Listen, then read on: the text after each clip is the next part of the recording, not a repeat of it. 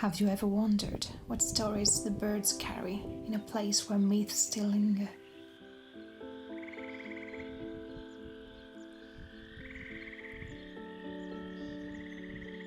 Here at Stymphalia Lake, the reeds sway gently, and the towering mountains around us echo with the legends of the past. This lake is said to be the very spot where Hercules faced the Stymphalian birds. Back then, the inhabitants of the surrounding towns in Arcadia were devastated by these aggressive creatures with metallic feathers and beaks sharp enough to pierce armor.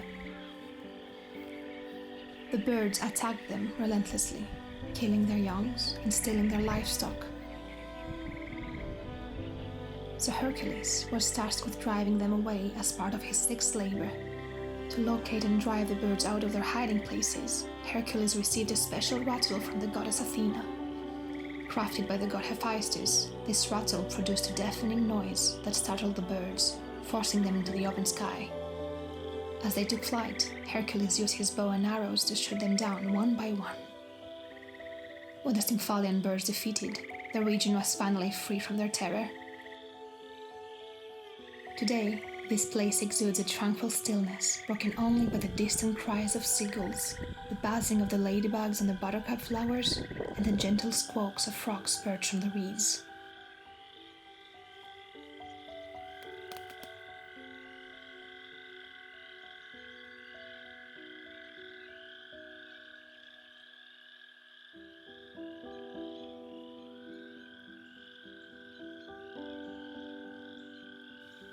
Yet in the silence, one can't help but marvel at the profound impact that seemingly ordinary birds have had on the tapestry of ancient civilizations.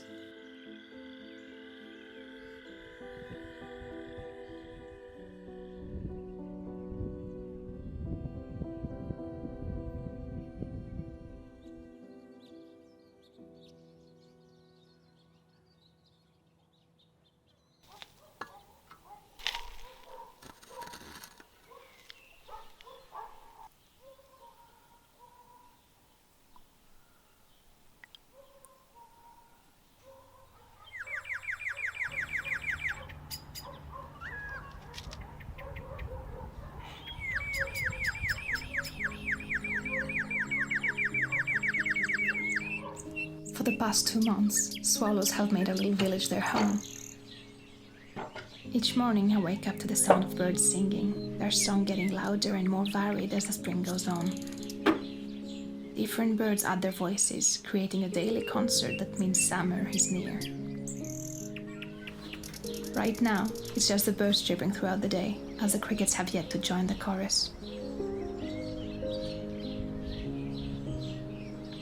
Blackbirds, sparrows, falcons, doves, owls, and nightingales all seem to share into the cacophony, separating the day in an orchestrated schedule as to make sure each has their special time to shine. Add to this my neighbor's rooster, and you'll be sure to wake up before the first light of dawn breaks across the horizon. Spring is always a noisy affair, but that only really adds to the charm of this season.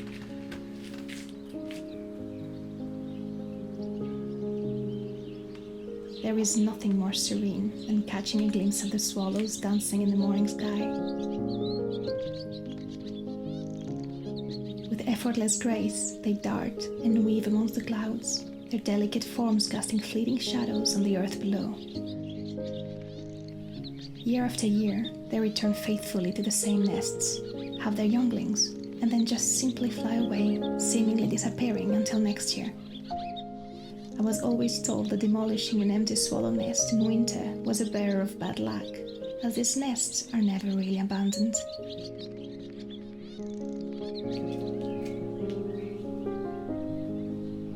There's a profound satisfaction in witnessing the fruits of labor transform from seed to table. I have to admit, I did not expect to harvest my plants so early.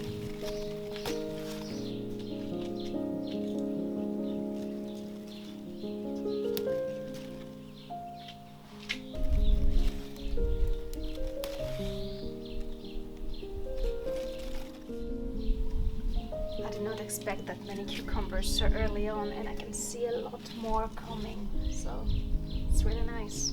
Quite happy with this little batch already. Yeah. So I'm picking the smallest one, and I'm a bit scared that maybe it's a bit early for it, but I think it's gonna be nice. Let's see.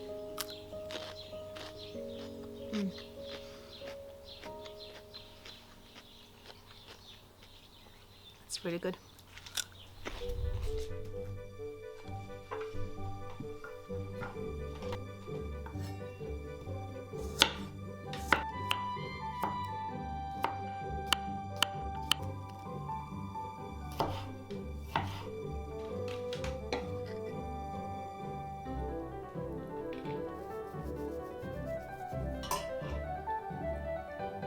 Truth be said, this really made a delicious little salad. As there were some heavy clouds approaching, I decided it was as good a time as any to go pick the elderflowers around our property before the rain shakes them off their petals. In my family, we've taken the habit of preparing elderflower champagne around this time of year. It makes for a refreshing, flowery, fizzy drink that can be enjoyed at any time of the day. These blossoms are infused into syrups, teas, and desserts, imparting a unique floral essence to each dish. They are also believed to possess healing properties, capable of soothing ailments and promoting well-being. Of course, it would take a miracle for these blossoms to cure me of my short stature. However, that hasn't stopped me from achieving anything.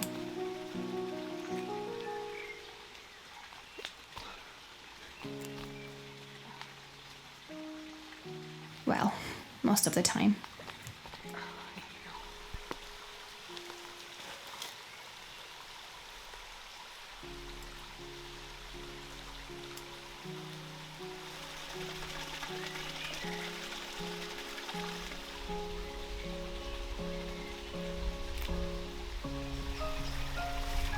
In mythology, the dryads, tree nymphs, and guardians of the forests fashion flutes from the branches of the elder tree to commune with the spirits of the departed.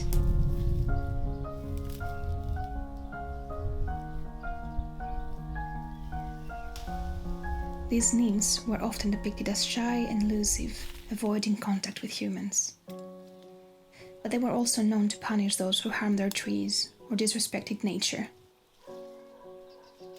One would have to wonder how they would react if they saw the destruction of nature in Greece each summer.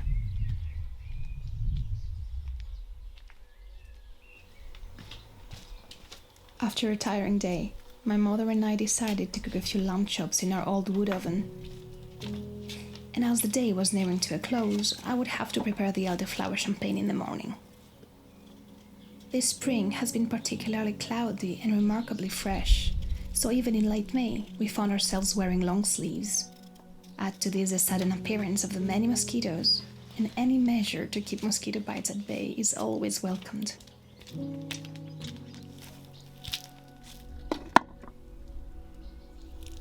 But having such a humid spring makes me hopeful for the summer ahead. Maybe this year there will be less wildfires. One can only dream. But unfortunately, as I am writing this, there have already been a few fires recorded.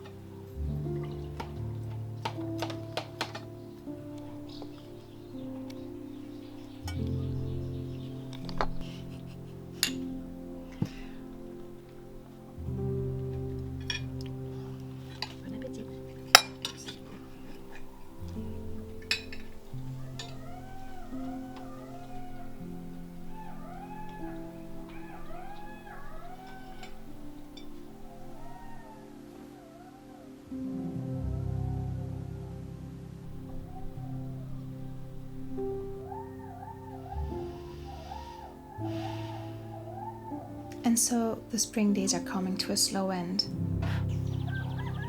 with the daylight stretching long after the last hen has gone to sleep, and each morning getting warmer and warmer.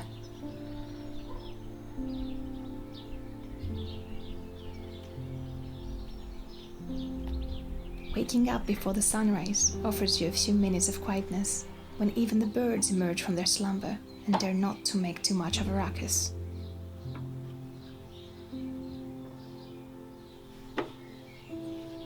But soon enough, their song begins anew, and the village comes to life with a distant sound of people heading to their fields on their tractors. Preparing an elderflower beverage is extremely simple.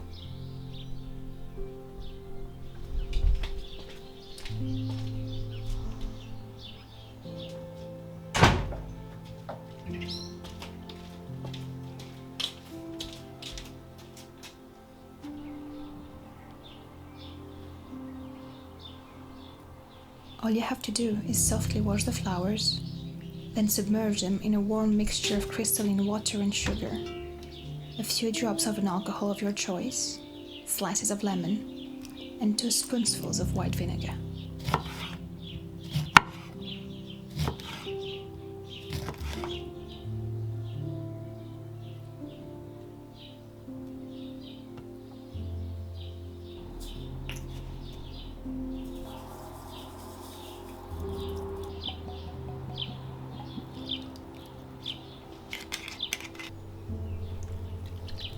Then you let it infuse for up to 48 hours before straining it and sealing it in cider bottles and letting them ferment.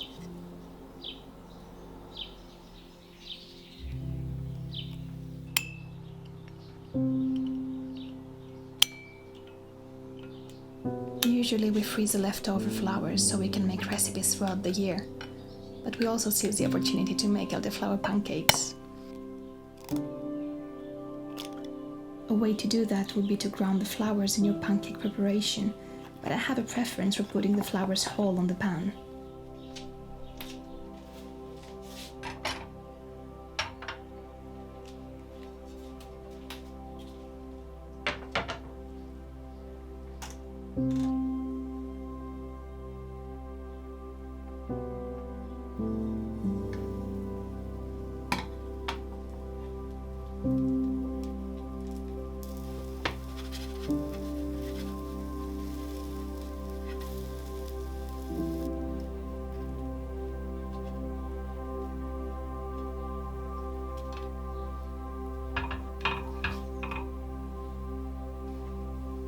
Touch of honey, and you have yourself a delicious breakfast.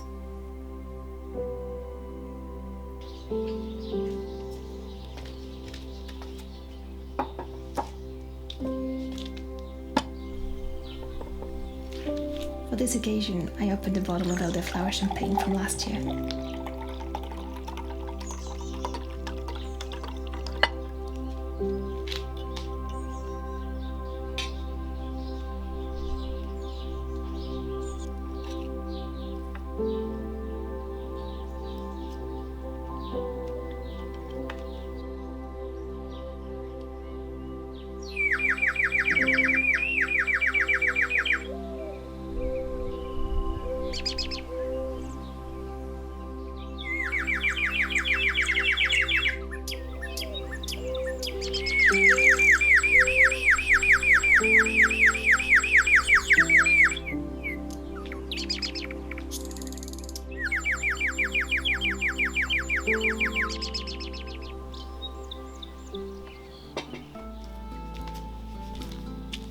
See you next time.